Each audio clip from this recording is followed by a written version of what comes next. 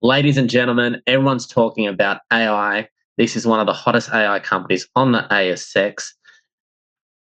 It's quite appropriate that this is our first guest of 2025 with all the jibber jabber about DeepSeek.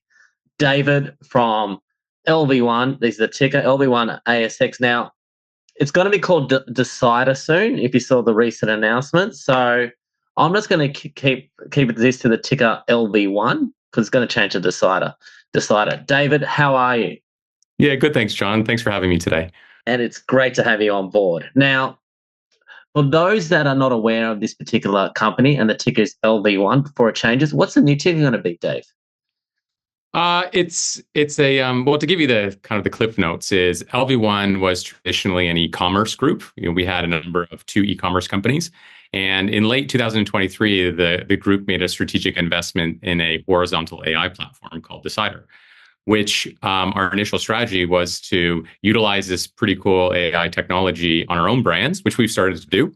And kind of through that journey over the past 12 months, we've learned that the application of this AI, which creates, I'm sure we'll get into this, John, in a little bit more, but agentic activity or agentic agents was quite remarkable, quite transferable, and it worked across industries.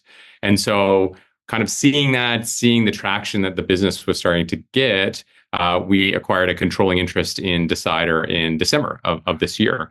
And I've really gone through this exciting, what I would call is like an AI transformation of the group. Really, I believe the future is every business will be an AI business. Your business, my business, everybody in between. And this gives this kind of strategic investment that we made into Decidr 12 months ago gives us a little bit of a leg ahead when it comes to implementing AI in companies. So, David, let's take it back a step. Back Yeah. when we were a pure health and wellness company, Yeah. how did Decidr help improve sales in those two health and well businesses that you guys own? Yeah, yeah. Well, I think the first thing to talk about is like those health and wellness businesses, and there's two. One is a hemp therapeutics business called 13 Seeds that has, hemp products that can help you sleep, help your, my sore knees after running and things like that. And the other one is a beauty business called Edible Beauty, and it has all natural beauty products. But these businesses I would think is like representative of so many e-commerce companies in the wellness space out there, founder led, got good domestic traction, and kind of reached that place in their kind of business journey where they need to make significant investments to kind of grow internationally or to really like supercharge the brand and get it out there. And with those two companies, like a lot of e-commerce companies, they're faced with that big question, which is like, I need to hire more people and I need to spend more money on marketing to be able to get new people to see my brand. And so they were a perfect laboratory for this Decidr investment to be able to take AI. And there's a lot of conversations and there's a lot of opinions about what AI is and what AI isn't. In another life, I worked in AI, so I was able to see the sausage factory of like what's real and what's not.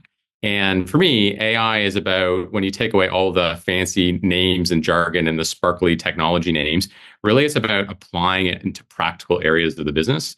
And that's what we did at Edible Beauty in our starting proof of concepts for Decidr.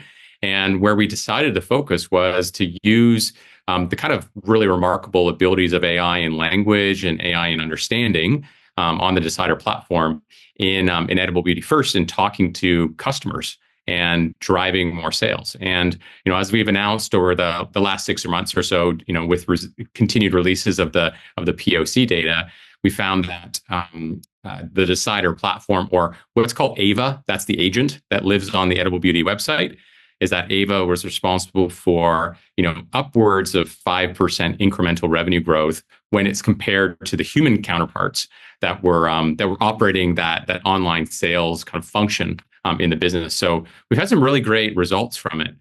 Kind of what we learned with applying AI, and when we start to think about, well, how can we use AI to interact with customers, and how does that compare with humans who would interact? It's really quite remarkable. Ava, that AI agent, it knows the products better than any human. It knows the ingredients better than any human. It speaks 172 languages on it. We were testing on it, and somebody in our office was speaking Portuguese, and guess what? It can sell in Portuguese just as well as it can sell in English. And what we've seen is kind of a progressive kind of move step by step, and it's small steps, big vision when it comes to these new technologies, whereby we're really just starting now follow that customer journey inside the edible beauty business, and seeing where we can start to apply AI, where traditionally a human would have to do either repetitive tasks or putting an AI that really allows what arguably unlimited capacity. And having an online sales agent is one of those good examples. You can have 5 million conversations simultaneously at the same time at 3 a.m. in multiple languages, and it's Ava's not gonna blink an eye for that. So we've seen some really good, what I would say, like front office results so far with edible beauty, and the plan, John, is to continue to drive kind of AI innovation or enablement throughout the entire edible beauty business. And in 2025, we'll kick off kind of the same kung fu, so to speak, in the 13 Seeds business.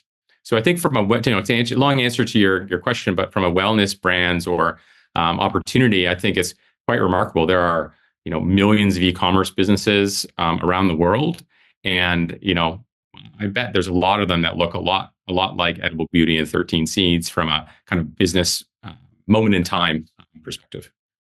So we've been in the lab using the health and well-being space as a test case. Where's the growth now? Which lab are we going to? Which sectors are we targeting now with Decidr? Yeah, it's a good question, John. Like the Decidr technology is, as I said earlier, it's really robust in the sense that it works across multiple industries. Like really, it's about business functions and tasks within an organization. And when you kind of strip away the products and services and the domains, all businesses and all their workflows are kind of the same. Every business onboards an employee, every business acquires a customer, it gets a lead, et cetera, et cetera.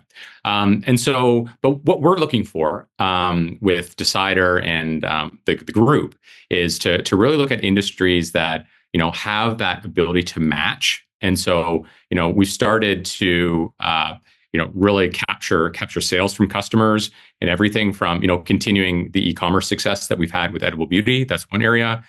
Financial services, everything like retail, beer businesses.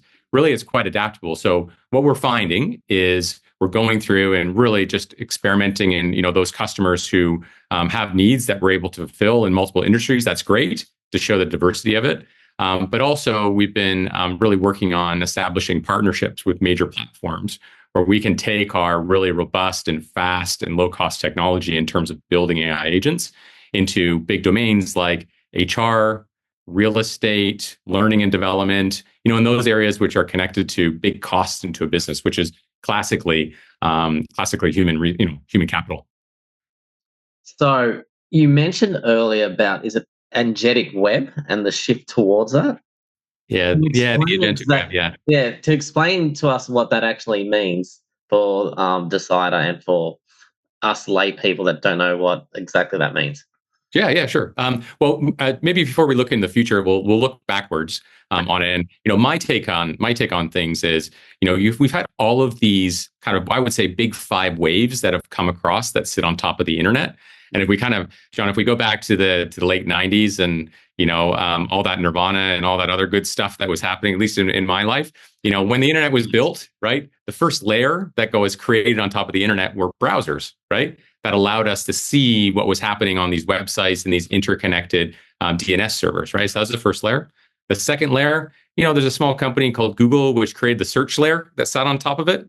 And that allowed people to find all those websites because, it's 25 years ago, but remember how hard it is? You'd have to figure out what domain you need to type in, and Google solved that problem. The next layer that came on top of it was the mobile layer, which brought PCs into our hands, into our pockets. The next layer on top of that was you had the social layer and good old Zuckerberg and team and all those other billionaires that were at the front row of the inauguration. They were there. And then you had the cloud layer that sat on top of it and started to really stratify that. So if you think about like the internet, and my take is I kind of think about it as layers. There's a new layer that's going to go on top of it. And what we call it here at Decidr is the agentic layer or the agentic web. And really what that means is that businesses will be faced into this new opportunity where instead of classically hiring humans or specialist expertise, they can buy intelligence on demand from using AI. And we think that's pretty exciting. And arguably, our position is that an AI first business or an agentic business will vastly outcompete a human intelligence business on it. And one of the interesting things about our technology at Decidr is it eliminates all of the classic costs of creating agents that really exist today. John, I think you and I have had this discussion offline, but I'm sure a lot of the viewers or listeners for this would have heard a lot about AI agents going out there. And the clear fact is that nearly all of the agents that people would hear about today are what we call vertical agents. And those are vertical agents that draw on data from a particular database or domain. And so you have, a CRM agent that only accesses CRM data, and you have a customer service agent that only accesses customer service agent.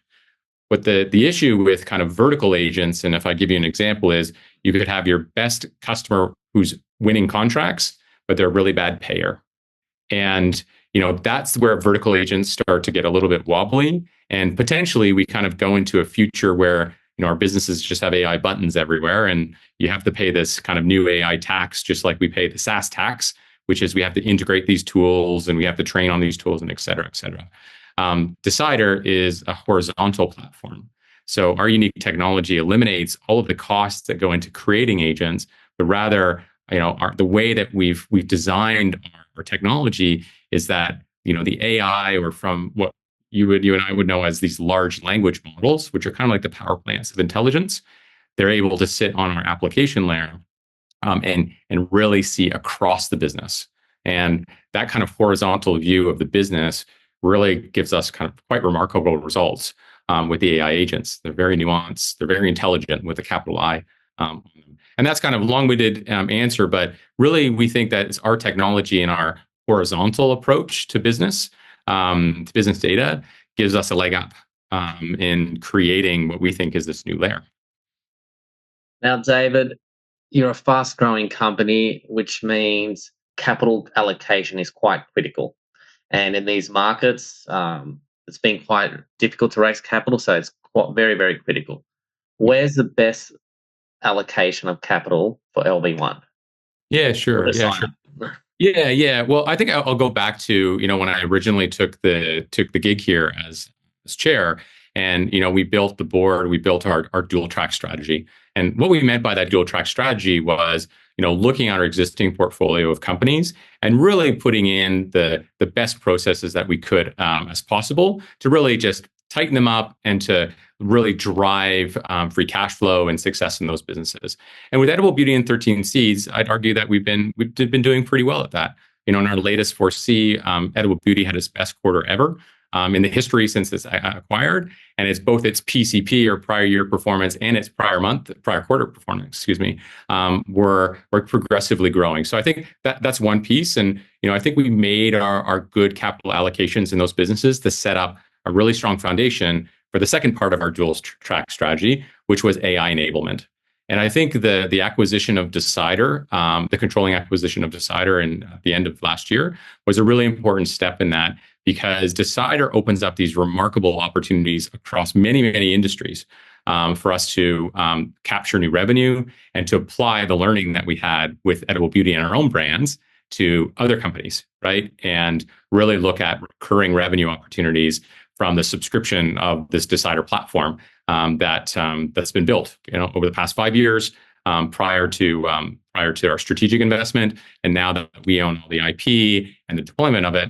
I think kind of the straight answer to your question, John, is when I'm thinking about capital allocation and deployment, I think really it's moving into that AI enablement space and really continuing to push forward on the kind of the successes we've had in our own business in that AI enablement space, and take that not only domestically but internationally. Now, your shareholders recently have had a great time. The share price is up close to 100%. So I feel a little bit rude asking this, but I'm going to have to ask because we're always forward looking.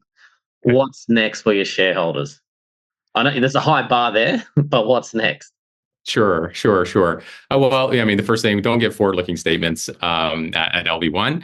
But what I'd say is, like, I'd say it's good to look back to see what's going to happen in the future for it. And When we think about that dual track strategy and we think about how to scale this new technology into businesses, underneath this the sailor's jacket that I have on now, I'm a pretty modest man and a pretty frugal guy, and I come from not only AI but e-commerce and digital, where I've seen it over and over again. That pit fighting for leads, that goes in and trying to grow your business, kind of one marketing qualified lead at a time on it.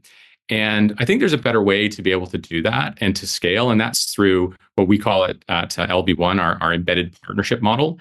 And that's taking our technology to partners to be able to access their very large customer bases and to create new products with them. And what's really exciting about the partnerships that we have today, that we signed with Career One, which is one of Australia's largest job boards, and we have Elmo, which is one of the country's largest HR platforms. There is where we're creating new products with them using the Decidr technology very quickly. But also, that gives us access to their hundreds of thousands of small businesses to be able to kind of land and expand the Decidr technology past that first application or agent that we create together. So that's a bit of the context. But to answer your question, John, is like that's the past, and we've been signing increasingly more partners over the past few months. As I'd look to, like, that's a clear strategy. I believe it's going to be a successful one. So there's probably more of the same of that if I was to be open with you. But also, I'd look forward in our AGM, we announced the timeline for some of the releases of these new products that we're co-creating with these partners. And so, we're on track to ship on time, as as the engineering saying goes. And so, to look for these really exciting new agents that will be put out in the marketplace under the Elmo brand and the Career One brand, as well as the Decidr brand in the future.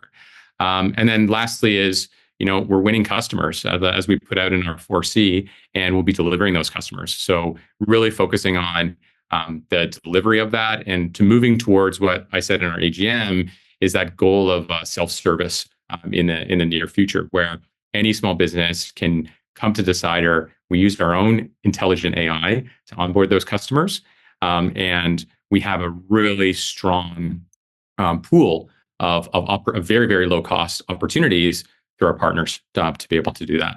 So kind of a bit of more of the same, John, and a keen focus on execution, which is in this high technology place. In my experience, I've been in kind of at the frontier a couple times in my career, and there can be a lot of talk and there's a lot of razzle dazzle when it comes to technology. But at the end of the day, AI is just another way to complete a task in an organization.